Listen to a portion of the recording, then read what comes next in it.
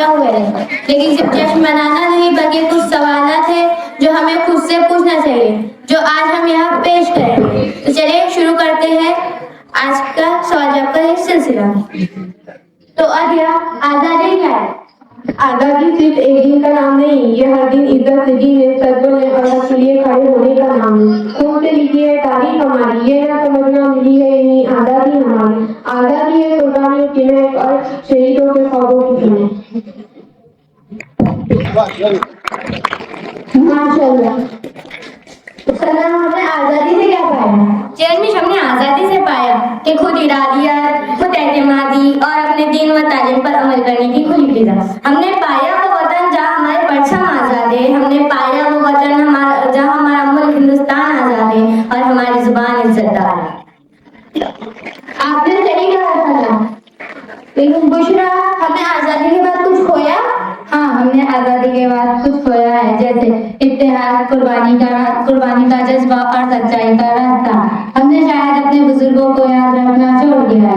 वही कौम जिंदा रहती है जो याद रखे अपने माजी को, वही कौम जिंदा रहती है जो याद रखे अपने माजी को, जो भूल जाए शहीदों को वो तारीख से मिट जाती है।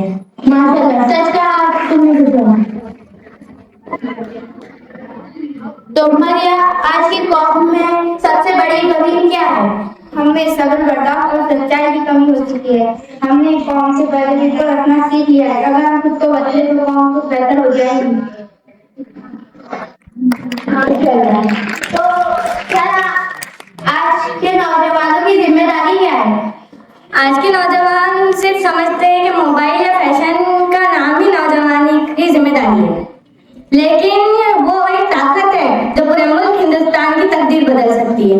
अगर हमने इखलाक, इतिहाद और इल्म को पाया तो समझ लो हमने कामयाबी का रास्ता पा लिया।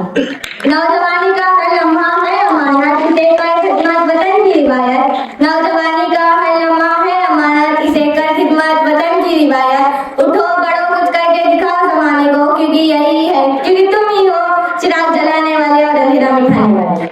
बिल्कुल सही कहा तुमने। नौजवान भी आज की कौम का मुस्तकबिल है। तो विनर, क्या हम वाकई आजाद हैं? हम जिस्म से आजाद हैं, मगर दिल, दिमाग और सोच अभी भी गुलाम है। आज भी हम नफरत, बेईमानी और जहालत की जंजीरों में बंधे हुए हैं। आजादी सिर्फ बाहर की नहीं, अंदर की भी होनी चाहिए। जुल्म से आजाद होना काफी नहीं, जुल्म से आजाद होना काफी नहीं। सोच को आजाद करो, तब जाके मुकम्मल आजादी मिलेगी। सुभान अल्लाह।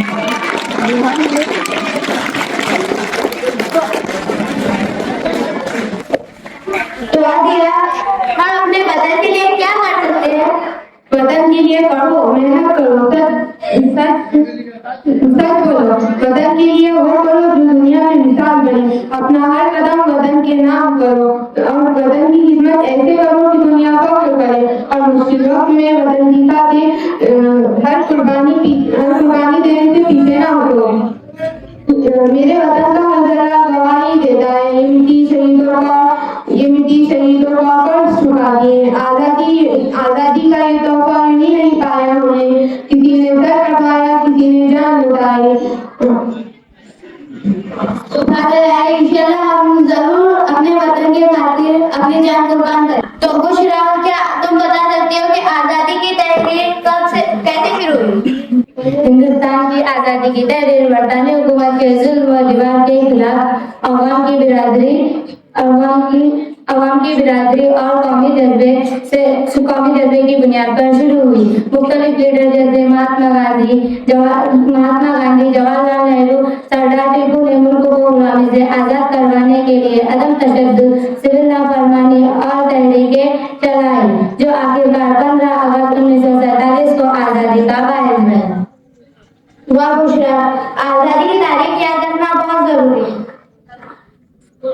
तो ये था आज का हमारा प्रोग्राम। आजादी हमें तोहफे में नहीं मिली, ये इसके पीछे लाखों शहीदों की कुर्बानियों का खून शामिल है। आज हम इस स्कूल में पढ़ रहे हैं, अपने फैसले खुद ले रहे हैं, ये उन्हीं की कुर्बानियों क्या नतीजा है।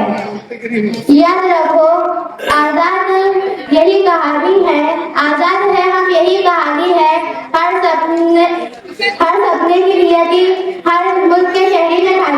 अस्सलाम वालेकुम।